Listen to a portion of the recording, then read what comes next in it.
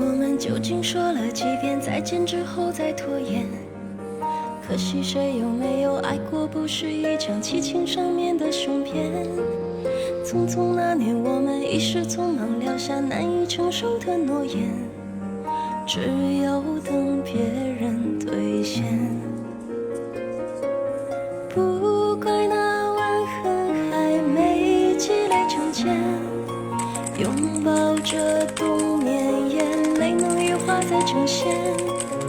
不怪这一段情没空反复再排练，是岁月宽容恩赐反悔的时间。如果再见不能红着眼，是否还能红着脸？就像那年匆促刻下永远一起那样美丽的谣言。如果过去还值得眷恋，别太快冰释前嫌。谁敢